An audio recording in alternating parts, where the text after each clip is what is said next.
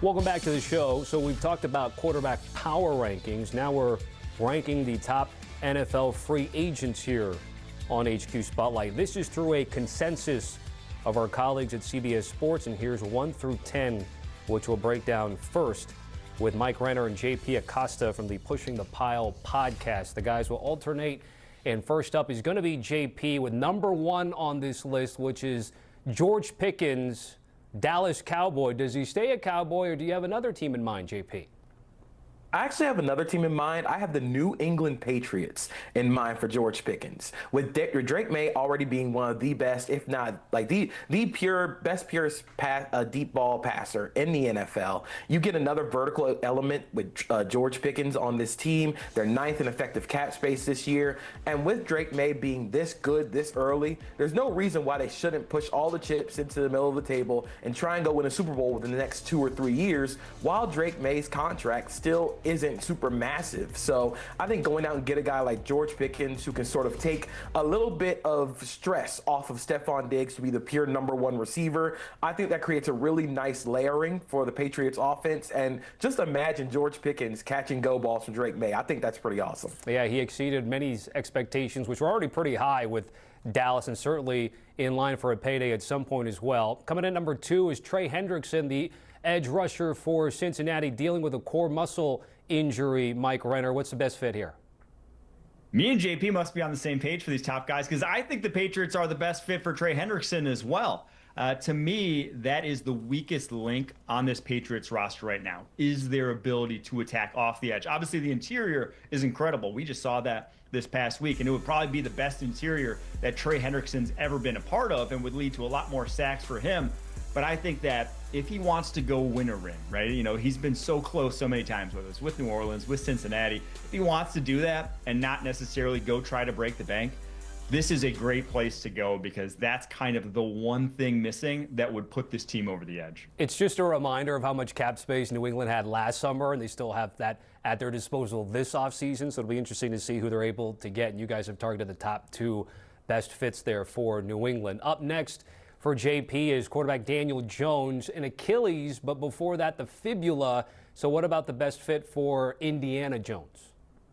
I think if you're Indiana Jones, you got to stick with what you know is good. I think you got to stay with the Colts. And I think because the Achilles injury complicates things in terms of his evaluation and when he's going to be back, I think going back to Indianapolis, where he knows the offense really well, he maximized the offense to his fullest potential. And even though there were some struggles when pressure started to come on to him, especially before his injury, I think knowing Shane Steichen will return, knowing that the offensive core, maybe minus Alec Pierce, is going to return in 2020, I think it'll be the best option for him to get healthy, knowing that this training staff's going to be around him. And once he's able to get back on the field, he knows that offense inside and out. Speaking of Alec Pierce, we'll get to him in a second, Mike, which is your analysis. But first off, Jaelan Phillips comes in at number 4, midseason acquisition for the Eagles here. Which team's the best fit for him? I have him going to a division rival, the Washington Commanders, twofold here, because 1, you take them from a team in your division onto your team, and 2, because they desperately need any help in that front 7 that can rush the passer. And what we saw from Phillips this past year, and basically any time he's been healthy in his career, is that he can rush the passer. 76 pressures this past season. The Commanders didn't have anyone close to that number this past fall. That's, again, the biggest issue for this team. You have the 6th most cap space in the NFL. You didn't address it last offseason. Let's go out and make a splash move.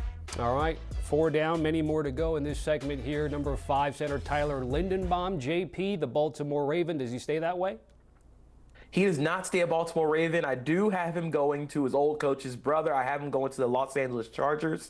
And the reason why is because the Chargers have the most cap space in the NFL. I would not be surprised if they spent most of that money on trying to bring in a couple more interior offensive linemen. You know you're going to get Joe Walt. You're going to get Rashawn Slater back in 2026, but you have to fix that center spot. Linderbaum did not have a great year in 2025, but I think his movement skills, I think his experience, I think that's going to really help sort of boost that interior offensive line. The Chargers were 2nd in pressure rate allowed this season, and given the way their season ended with Milton Williams running through everybody on the interior offensive line, just getting somebody with some experience and movement skills and athleticism is really going to give them a boost. Mike, let's get back to the aforementioned Alec Pierce here. Whoever was throwing the rock to him this year, he was a deep threat. He proved that right now. What about the situation for him? Yeah, I think he has to stay in Indy, or I should say Indy has to keep him, because when they traded away Adonai Mitchell, they basically had just Alec Pierce as a downfield threat in this offense. You have a lot of guys who are great underneath, Josh Downs, Michael Pittman, Tyler Warren, but he is the guy that takes the top off the defense. That is necessary when you have all those underneath weapons that they do. Led the NFL in yards per reception each of the past 2 seasons. You can't let that walk if you want to make the playoffs next season. Yeah, ended up being a pretty solid fantasy option this year. Up next, JP, Rasheed Walker. So the Green Bay Packers, where does the offensive lineman land? I have him going to the Pittsburgh Steelers. I think that'd be a really good fit for both he and Pittsburgh with where the Steelers are when it comes to their offensive line. They are on the cusp of being a very good unit with Zach Frazier at center. Troy Fautanu had a really good year at right tackle, but that left tackle spot has not been solidified at all. Broderick Jones has not looked great, former first-round pick. So I think you go out and get a guy like Walker who's experienced. I think he has some upside as a pass protector, and I think you really just try and find some way to get this Steelers offensive line from being good to being elite. And I think with a pure left tackle at that spot, because Broderick Jones was flipping from right tackle to left tackle for most of his career, getting a guy that has exclusively played left tackle in the NFL, I think is going to really help that offensive line out. Steelers looking for a new head coach. What happens to their quarterback, Mike? Aaron Rodgers, what to do with him? Go to the golf course, Aaron. Retire. I think it's over. I just do. And not necessarily just because of Aaron would decide it's over, but I don't think anyone around the league is going to be lining up to say, yeah, let's do the 1-year rental of Aaron Rodgers. Worked out so well for Pittsburgh. They lost their head coach. Worked out so well for the Jets. Robert Saleh got fired too there. So he's had 2 head coaches fired since he left the Green Bay Packers. And at this point in his career, it ain't getting better, right? It's only going to go downhill from here. He's probably one of the 32 best quarterbacks in the NFL still, but I don't know if anyone's signing up for all the headache that surrounds him right now. I was going to say, I don't know if we're prepared for another offseason of where Aaron Rodgers is going to be. If we move over to Breece Hall, JP, it was interesting because he was really one of the big pieces that everyone was talking about the trade deadline. And in fact, every other Jet seemed to have gotten traded except for Breece Hall, which then led to the conversation about whether he might get a long-term deal here. But you don't have him staying with the Jets this offseason.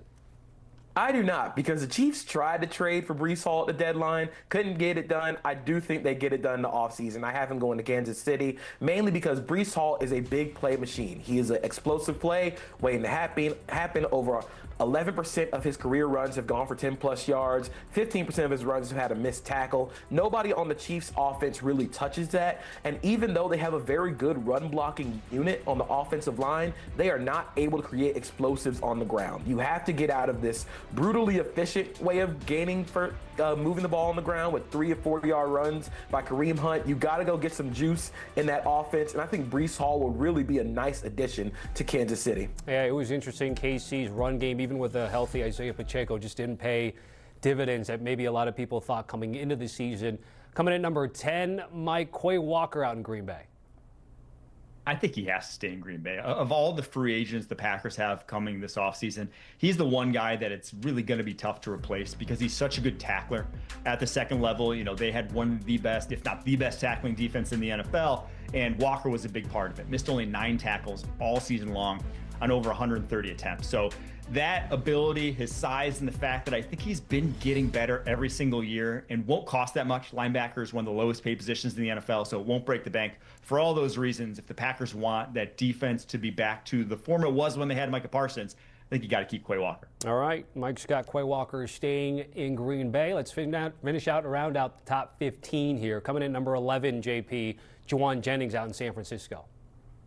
I think he should stay in San Francisco. I know there have been a lot of contention over extension talks for Jennings, but if you look at the 49ers roster, if Brandon Ayuk is not on this team next year, Ricky Pearsall has been in and out of lineups with injury. You're going to hope for Demarcus Robinson or Kendrick Bourne to continue to play the way they have and sort of draw blood from a stone with that receiving core. But I think Jauan Jennings is maximized in Kyle Shanahan's offense. He's a dirty work blocker. He's able to do the dirty work over the middle of the field. And I think he just fits best in San Francisco with being a complement to the growing Pierce Hall and whatever they do with their first-round pick. They might use it on a receiver, but given the state of their receiving core going into 2026, especially with George Kittle tearing his Achilles, I think it makes sense for Jennings and for the 49ers to reunite in 2026. Yeah, Kittle and that injury, Ayuk and that deal, or whatever's happening with his deal, and Pierce Hall trying to stay healthy. It's certainly tough, as we've seen, even though they've been injured. Kyle Shanahan and San Francisco doing some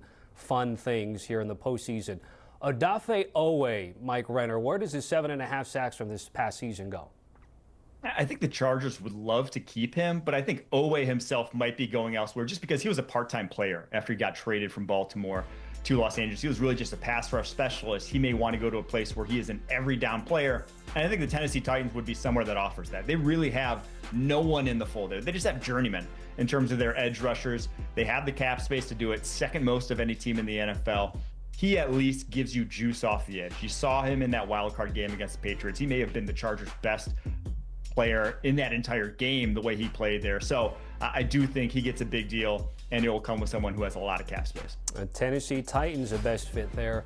JP, Tariq Woolen was another sort of name that was floated a lot during the trade deadline. Doesn't get moved with Seattle, still here in the postseason, but what's the best fit for the defensive back?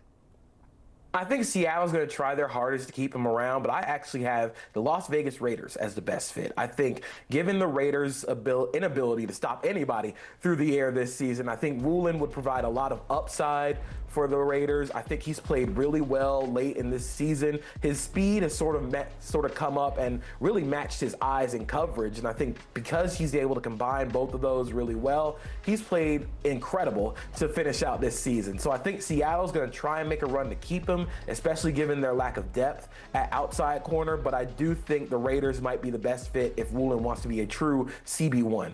Mike, you get another corner in Alontae Taylor. I'm going to the Rams. I think the Saints and their cap space right now, I think it's time to just, cool it on the big money deals. Whereas the Rams, they have a little bit more to play with, and they have this desperate need at corner. And specifically, I think they need some size at corner. You saw that against the Carolina Panthers this past week. All those big receivers were kind of just pushing around those lighter corners there for the Rams. He's a guy that's proven success, has size at 6 foot, 200 pounds, and has a physical play style that would complement the rest of that defense. Lastly in this segment, JP, Devin Lloyd.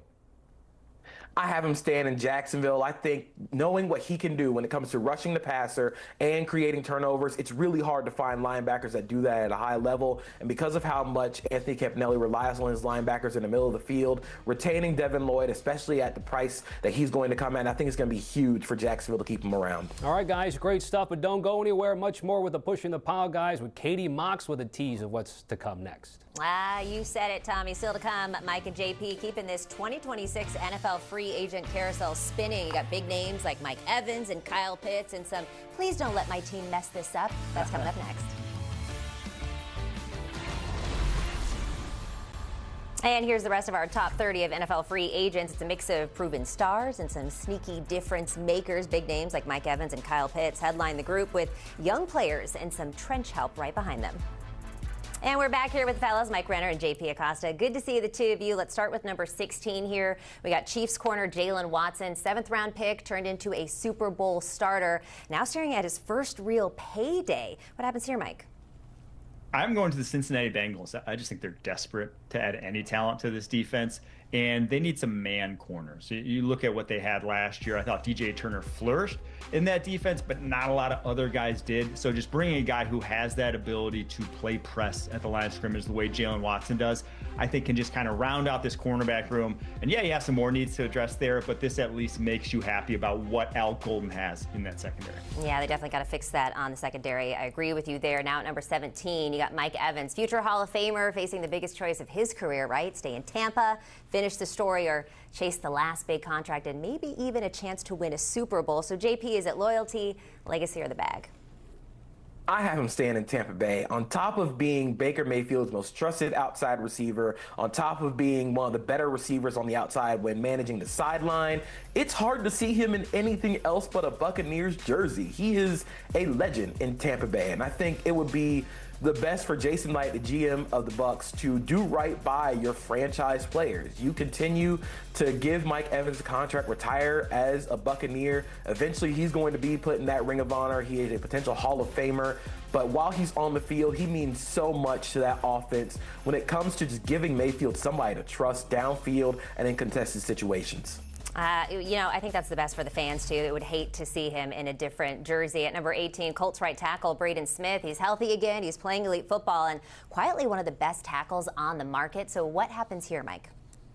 I think Braden Smith goes back to Indy. Offensive linemen are uniquely loyal amongst NFL players. And I think even though Jalen Travis's emergence at the end of the season, the rookie fourth rounder, makes him a little expendable, I think it's a short-term deal.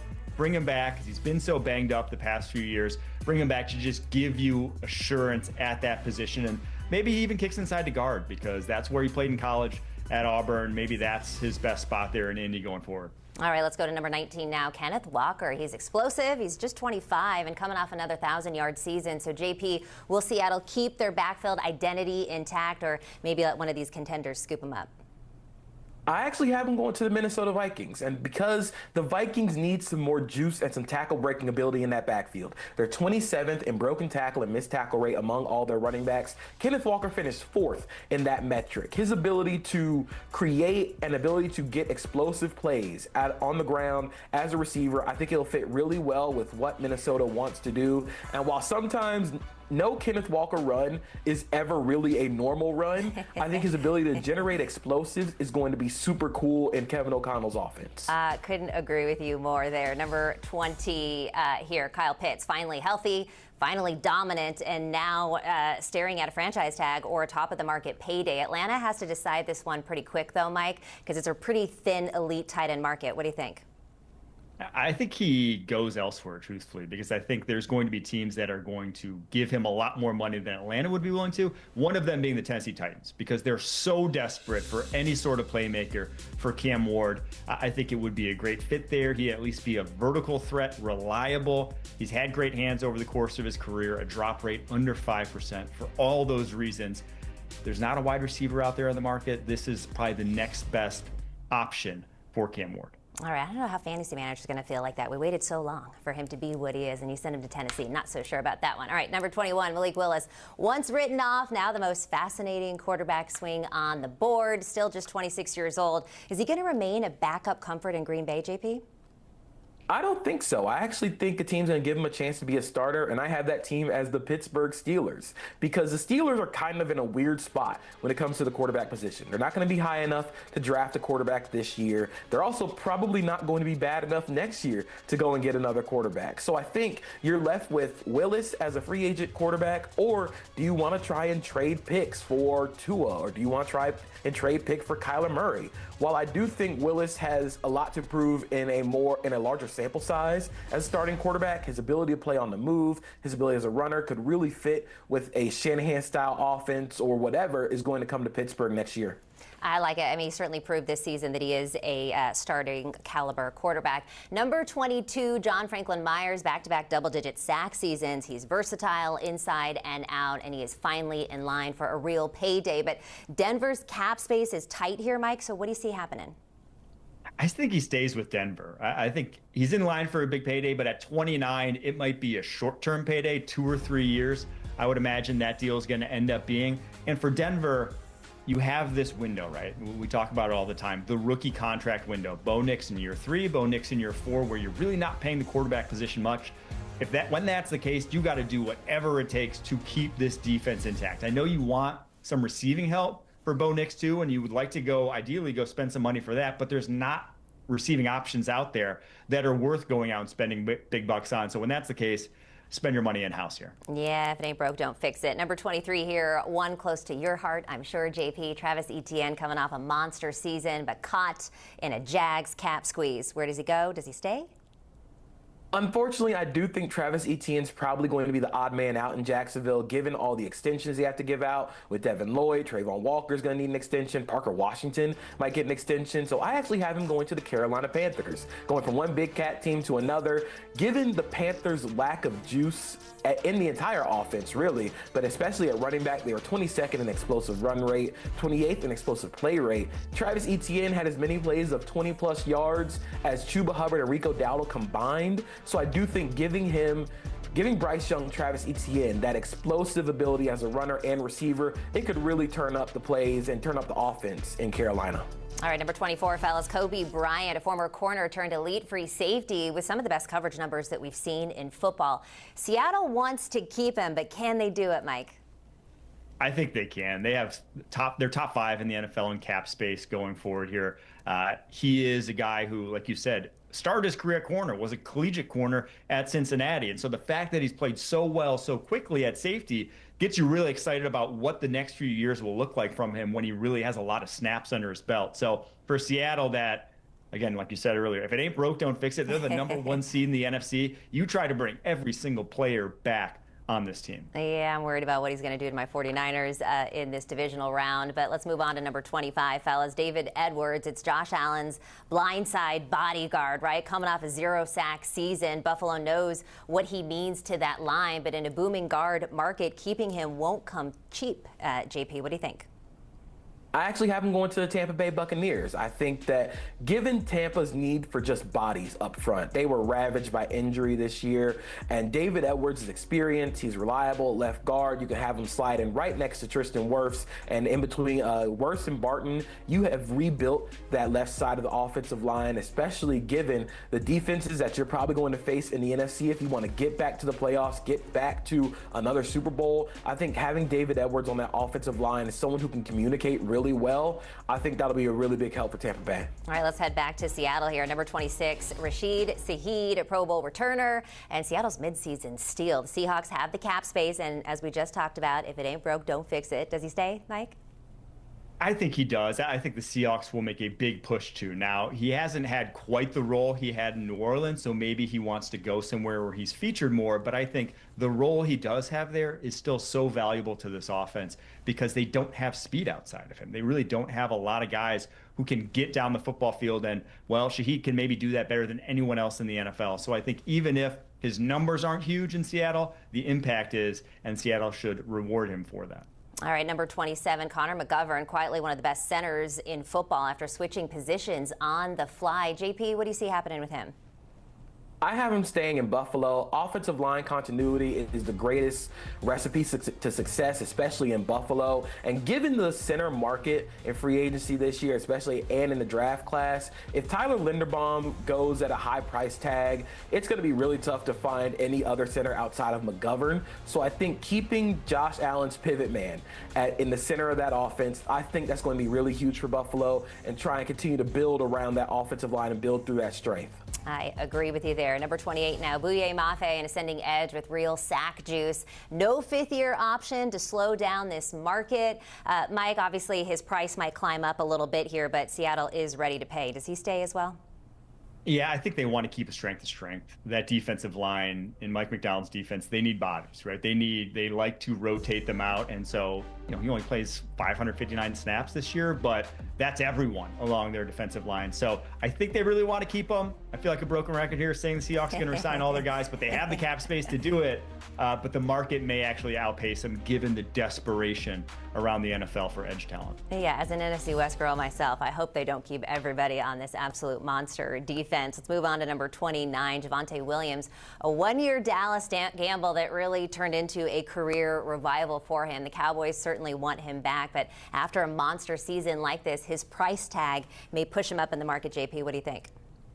I think Dallas has to reward him. I think he stays in Dallas. Given his vision and tackle-breaking ability, he's able to grind out a lot of the short yardage where a lot of Dallas running backs weren't able to in previous years. And given how explosive the passing game is, all you need for your running back to do is just grind out 3- and 4-yard plays.